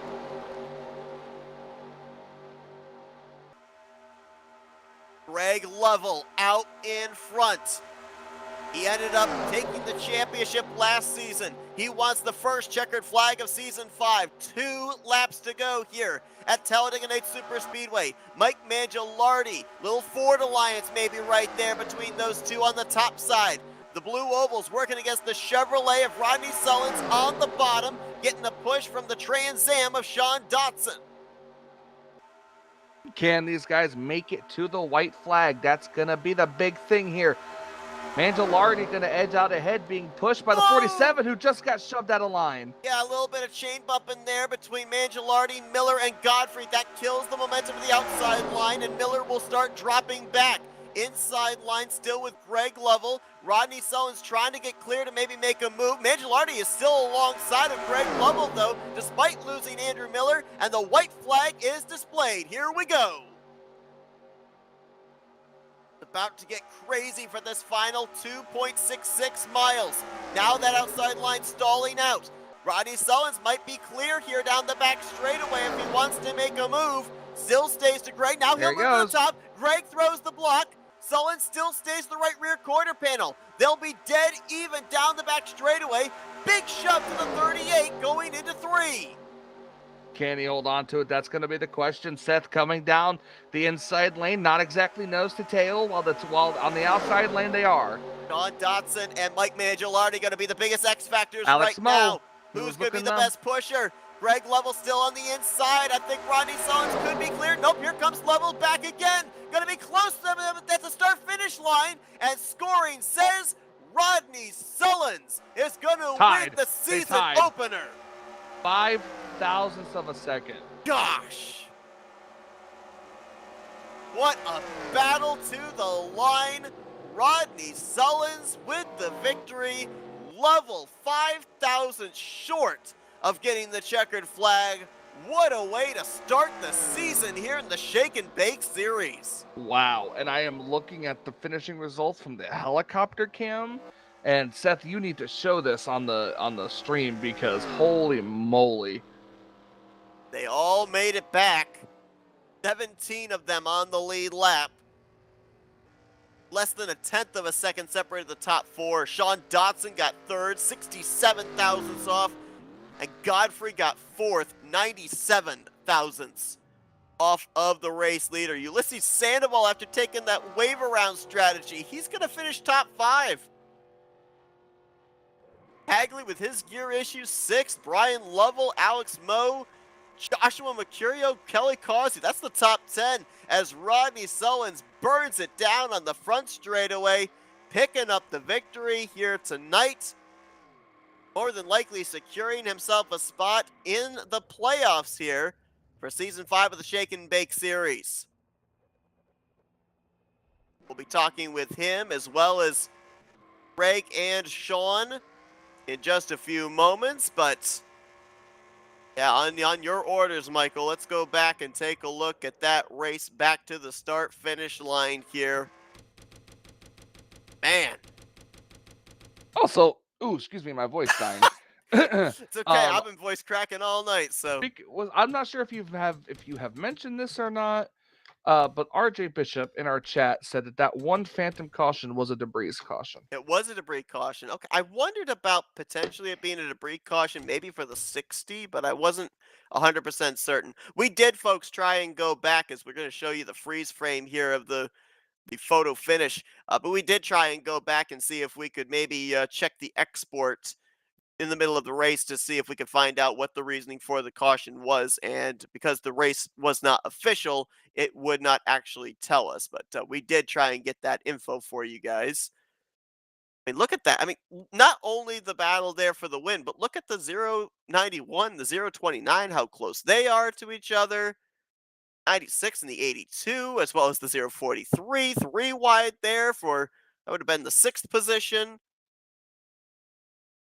Man, unbelievable finish here at Talladega Nights Super Speedway. What a way to open the season. And we said at the very beginning of the night, we expected this race was going to be crazy because it was a clean slate. Brand new season, opportunity to get the season started off right with a checkered flag and potentially an automatic locked-in playoff position. And so everybody was going to have the mentality of be the first one back to the checkered flag. It definitely proved to be the case here tonight, as indicated by that final run to the checkers. We gave you the top 10 down through Kelly Causey. Steven Brandstedter's going to finish in 11th. Andrew Miller got shuffled out late. Will get 12th. Javier Negron will be 13th. Doug Hulick and Alex Ortiz will complete the top 15. Graham McDonald, Mark Paglia, Gary Heiser, even though he didn't have a back bumper. Ken Roberts after he got into the wall. They'll finish back in 16th through 19th. And Chuck McClure, Garland Oaks, who got together off of turn 2, though it didn't bring out a caution, they will finish on the lead lap, but in 20th and 21st. I actually didn't realize Mike Mangialardi was a lap down. I thought he was up battling for a top 5 position. So he was a huge factor into Rodney Sullins being one of the first ones back to the start-finish line. Oh, His first wow. car I to didn't even finish. realize that either. Yeah, I thought he was on the lead lap battling for the win. So he'll finish first car 1 lap down in 22nd, but definitely played his part tonight. Bobby Farrell, 23rd. Bob Dixon and Tom Dixon all 1 lap down through the top 25. Grant Wesley officially 2 laps down after he was 4th on that final restart. Connection problems late have him 26th. Perry Bond, who flipped across the start finish line on the first lap, he'll bring it home, still running in 27th. And RJ Bishop was the last driver running 3 laps down after he was battling connection problems all night long in 28th. We had a total of 8 drivers back behind the wall at the conclusion. Nate Balser, who started from the pole. Jeffrey Elliott, who started from the outside of the front row. So not a good night for either of our top 2 qualifiers. Eric Lovell, Denny Carroll, Randy Claflin, Chris Van Vliet, who I understood was having frame issues. Randy Watt and Pat McCarskey all out of the race at the conclusion of this one. Well, it's time to head into our FRN post-race wind down. And it's time to talk to some drivers. Let's see if we can go down and talk with the guy that brought it home in the 3rd position here tonight. That Pontiac Trans Am. Let's see if we can dial up Sean Dotson. Hey, Sean, Michael, and Seth up here in the FRN booth. Got a copy? I got you, Seth. And things were getting wild there in the closing stages of this one. We were kind of wondering if you guys were going to make it back there to the white flag. You did. You were able to make it back that final 2.5, a little more than 2.5 miles to the checkered flag, but you were right in the thick of it there. Was there anything you could have done to maybe make it a battle to have this 091 in victory lane, or were you basically a committed pusher on that final lap? Yeah, I was pretty much committed to pushing Greg to the win there, and we almost made it. I didn't really see any moves that I could make to get in a position to win, so I just said, I'm just going to try to get Greg this win, and we almost did. Yeah, it was definitely a crazy race out there. Talk us through that final restart. Well, it was just go time from then on. We all knew we were racing back, so it was try to pick your positions and everything, and that's just the way it worked out for me. I never really saw an opening for me to make an aggressive move, so it was just kind of the way it worked out. Yeah, we have to remember too, I mean, you started very deep in the field for this one. I think you rolled off the grid 32nd position. We saw you play the strategy in the early going with that very early caution, came down pit road a couple of times, topped off the fuel tank, and by the time we ended up having that first cycle of green flag pit stops, you were up inside of the top 10. Were you surprised how well that worked out, or was that the plan from the get-go, making that call to come down pit road in the very early stages of this race? Yeah, that's the plan from the get-go, is to come in, and you're hoping for that long green flag run, because I can always, if I go in, I top off, I can always stay out on the track longer, and it just puts you out. It's not just me that does that. There's a handful of guys that'll do that, and it works out for all of us. We'll end up like we did in this, in a line at the front of the field. It just works out that way if it goes green.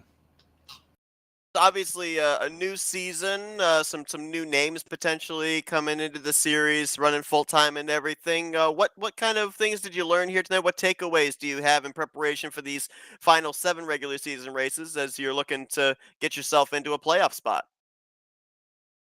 Well, I didn't really learn anything new, I don't think. I still got the same group of guys that I like to kind of be around and I feel comfortable around. So, it just played out. It doesn't always play out. Sometimes you're caught up in the wreck, sometimes you're not. So it's kind of a roll of the dice, really. But yeah, it turned out really good tonight. and I'm happy with it. Definitely turned out well for you here this evening. Started outside the top 30 and put it on the podium. Third place here tonight. Congratulations on the great run to open up season 5 here of the Shake and Bake series. Sean, before we let you go, floor is yours for thank you, sponsors, and shout outs.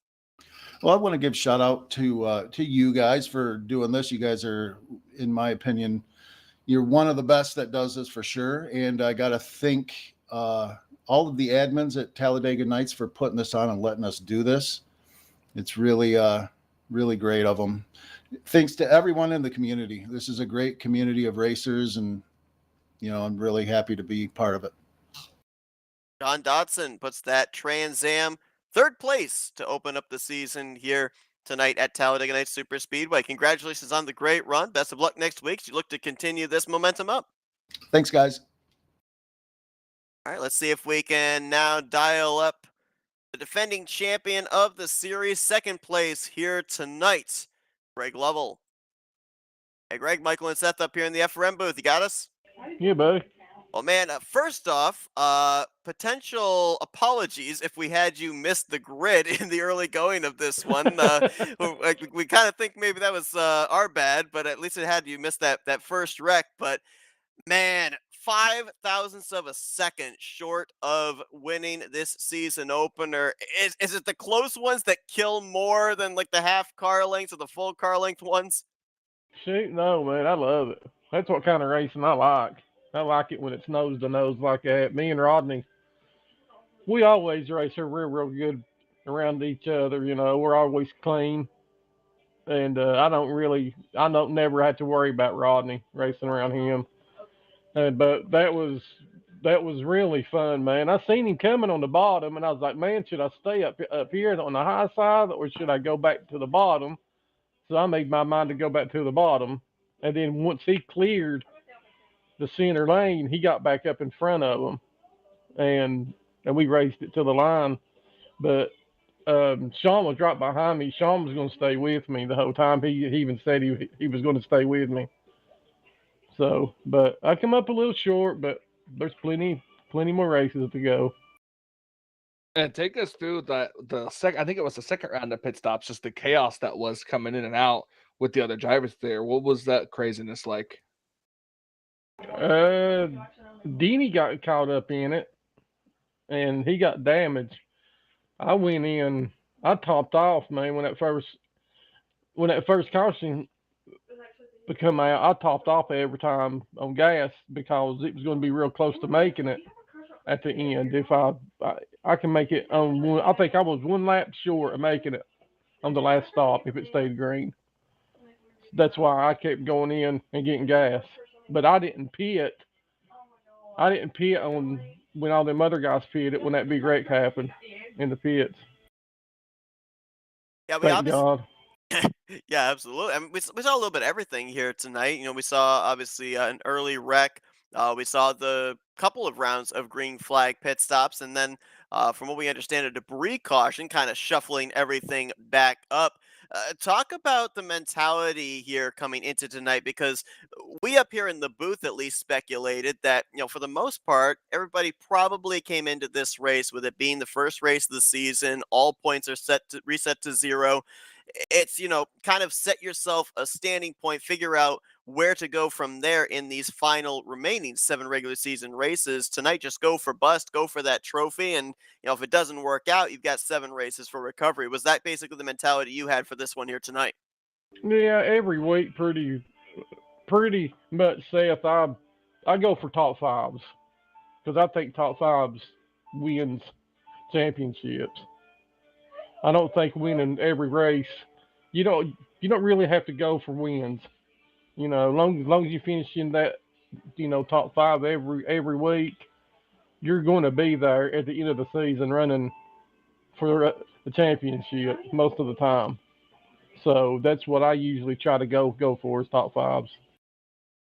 Well, success on that front here tonight. Top 5, a second place finish in the season opener for you, Greg. Congratulations. Before we let you go, though, we'll give you the opportunity to thank some sponsors, do some shout outs. Yep, I'd like to give a shout out to Jeffrey Elliott. He does a lot for this league. If it wasn't for him and Ken, because they do a ton of work for this place, man. I mean, it's crazy how much work they do. But appreciate you guys, Seth, for coming over here, man, and y'all always do a great job. Um, I'd like to give a shout out to Magoo, BSR, and them guys. They're my friends too, and we'll catch y'all next week, hopefully. Absolutely. Greg Lovell came up 4 thousandths of a second short of tonight's victory. He'll look to see if he'll be on the winning side of that checkered flag when we head back here to Talladega Night Super Speedway next Saturday night. Congratulations, though, on the great run, Greg. Great way to start out the season. Thanks, guys. All right, let's go down to victory lane. If that number 38 has any rear rubber left on it after that long burnout, see if we can dial up Rodney Sullins. Rodney, it's Michael and Seth up here in the FRM booth. You got us? I sure do, guys. How y'all doing? I'll tell you what, it seemed like the name of the game here tonight was stay at the front and keep the car clean. You did both of those things here tonight. That allowed you to have just enough splitter to be able to edge out Greg for this victory here tonight. 5 thousandths of a second for the season opener. You get that first checkered flag on the year, but I ask this a lot when we end up having these photo finishes. I mean, how long did it take for you to kind of quell the doubts of if you ended up getting it when you looked down at that F2 after you crossed the start finish line? Yeah, I went across the start finish line, and I swore I thought Greg beat me. I did when I seen the outside line coming. I said, "Man, that's going to hurt the middle line." And I thought Greg won, and so as soon as it went by, I reached over and hit F2, and it still had a 1 by my name, and I was like, "Okay, is it going to change?" It didn't change. I was like, "Holy cow!" I didn't. It's crazy. That's a crazy finish. It was a blast. This whole race was fun. Yeah, I mean the whole just even from us looking at it up here, it was a heck of a good race, man. Take us through the strategy from after that last caution. Well, I was just riding around there. I was just looking at who was behind me. I knew I had some teammates behind me. Some burnt screwdriver guys were back there, and I think Grant was still in at that time. Didn't he fall out in the last run? Yeah, he did. Yeah. Okay. Grant was there, and I knew me and Grant worked well together from racing over at RTG all the time, and so I knew he was back there. Of course, I knew he's going to go for the win too, but I knew if it got crazy, I might have somebody that would push if the opportunity arose. So I was calculating all that out, and then Grant fell out, and then that big wreck came and took some guys out, and I was like, I don't have any teammates hardly left. Godfrey was out there, but he was having to do his own thing. So I was just like, hell, I'm a pretty considerate racer. Maybe some of these guys will work with me. And, I got to thank Mike Mangialardi. I mean, there's no way I won that race if he's not there at the end. And Dotson, I believe, I ran some with him there. And, of course, with Greg. Just, it's good racing there at the end. I mean, just clean, fun. Everybody, gave room, and it was just really good. But my mind was going 1,000 miles an hour the last few laps. Now, I described during our broadcast, especially that one portion where you guys were 3 wide. I think you were like 7, 8 rows deep of 3 wide, where, from a spectator point of view, we're worried for you guys, but you guys are cool as a cucumber in that kind of a situation. So, a lot of times it's a little bit out of proportion from the spectator point of view to the driver point of view. I want to go back to one of those moments there during that point of no return, this final run. You and Greg racing each other hard but clean, but there was one point after you guys crossed the start finish line. I think you went to make a block on him, and the two you bumper grabbed for a brief moment. I mean, did the heart jump up in the throat at that time, or was that just it's fine, we're good, let's just keep going? Yes. Anytime you get sideways at Talladega, a little bit squirrely, your heart jumps up in your throat. But you just said, as fast as that happens, you pretty much know whether or not you're going to be able to keep going. So it jumps in your throat, and you're like, "Oh, I'm surviving this," and so you just keep going. You forget about it at that point. Try to anyway, and get your heart rate back down, and just try to focus again. So with the victory, obviously, locking yourself into a playoff position, still 7 regular season races left to go. I mean, with a victory this early on the season, how does this help you in terms of mentally being able to be a little bit maybe more relaxed in preparation for the playoffs, not having that sense of urgency to try and win your way into the postseason? Well, ironically, winning the season opener, season 60 at Rolling Thunder, that's I can answer that really well. It's relaxing now. I can just come out here and have a good time. I don't even know if I'm going to get to run the full season.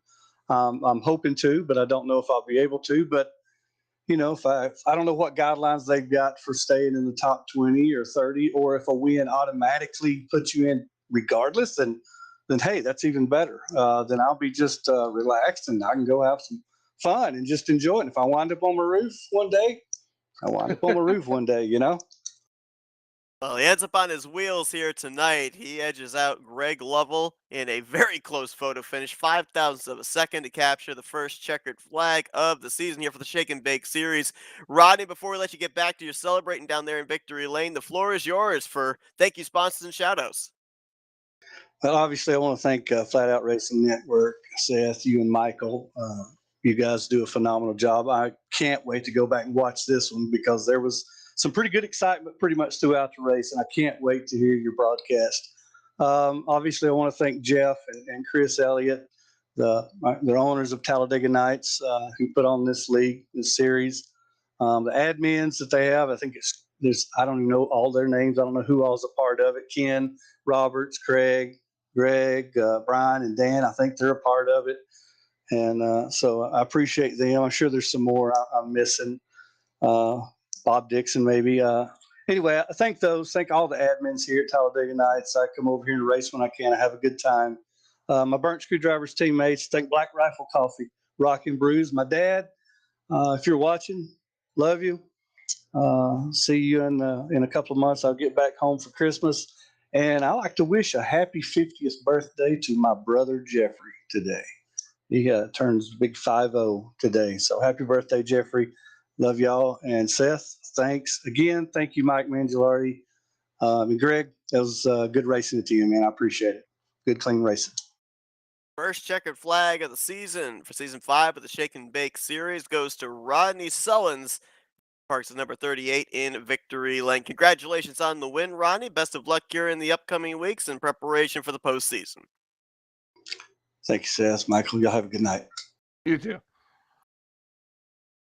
All right, so we've run the race. We've interviewed our top 3. There's one thing left to do.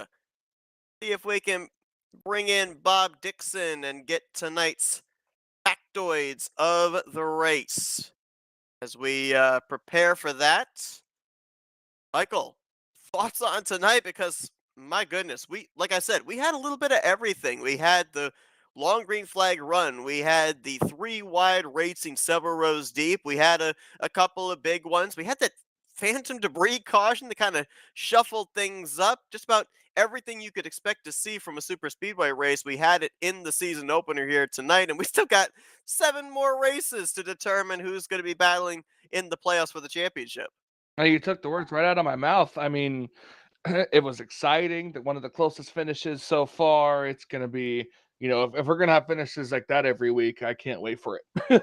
Absolutely. Interesting the thought process there of a defending champion and Greg Lovell going for top 5s, consistent top 5s at a super speedway. I remember I think it was Joe DeSpirito. He basically has the saying rinse and repeat. Just get the good finishes and it all works out because good finishes consistently at super speedways of all places, very, very difficult to do. If you're really good at road courses or you're really good at speedways, it's pretty easy to be consistent in those type of racetracks. But when it comes to super speedways, where more often than not, your fate is in everybody else's hands more than it is yours, it's a very difficult thing to do to remain consistent. So you got to wonder if there's other drivers out there that adopt that mentality like Greg Lovell of just get the top 5s, just get the top 10s rather than gun for that checkered flag every single week. Absolutely. Still waiting to see if we can get the factoids here with Bob Dixon. He may not be there. I'm not certain. Fortunately, we do not have the power to be able to move him in here. Don't know Are if you he has sure? seen. No, I have tried. I say you're a server admin, so Yeah, apparently it's saying though insufficient permissions to be able to move him down here. I have messaged him, and I don't know if he's seen it. He might not actually be there at this point in time. We did run down through the lap leaders there around the 10 lap to go mark. I'm pretty certain, based off of what we had in the closing stages, Grant Wesley did lead the most laps. Like Nate Balser and Rodney Sullins would have led the next second and third. Oh, here we go. I think we've got Bob Dixon now. Bob, you there? Yeah, man, I'm here. All right, we're ready for the factoid, sir. Okay, bud. Top 5 fastest laps of the night. An honorable mention was Jeffrey Elliott. And 5th place was Batman, Tom Dixon. Tom did a 47.636 second lap. That's 201.025 mile per hour, lap 29. 4th was Nate Balser. Nate did a 47.562 second lap. That's 201.338 mile per hour, lap 28. 3rd was John Godfrey. John did a 47.553 second lap. That's 201.376 mile per hour, lap 28. 2nd was Brian Lavelle. Brian did a 47.488 second lap. That's 201.651 mile per hour, lap 27. And the fastest lap of the night goes to Greg Lavelle. Greg did a 47.480 second lap. That's 201.685 mile per hour, laps 27. And the most laps led was Grant Wesley at 20 laps. Then Nate Balser, 15. Rodney Sullins, congrats on his win, 15. Greg Lavelle, 6. Doug Hulick, 3. Andrew Miller, 2. Sean Dotson, 1. Ken Roberts, 1. Brian Lavelle, 1. John Godfrey, 1. And Kelly Causey, 1. And that's your factoids of the night. And we appreciate your job tonight there, Seth. Thank you, guys. No problem. Thank you for the factoids, Bob. Yeah, man. Anytime. Good night. All right, so once again, Rodney Sullins with the victory here this evening to kick off the 5th season of the Talladega Nights Shake and Bake series, and we appreciate everybody that tuned in here tonight. If you stayed around for the end, man, you got a good one here this evening, and there's still 7 more races to go to determine the playoffs, and then 3 playoff races, including the season finale here in the 11-race season for the Shake and Bake series. It's going to be good. It's going to be really good. So be sure to join us every Saturday night here at 9. Well, we'll be going green around 9:30, but we'll be starting broadcast up around 9:15 p.m. Eastern Standard Time. So be sure to join us for that.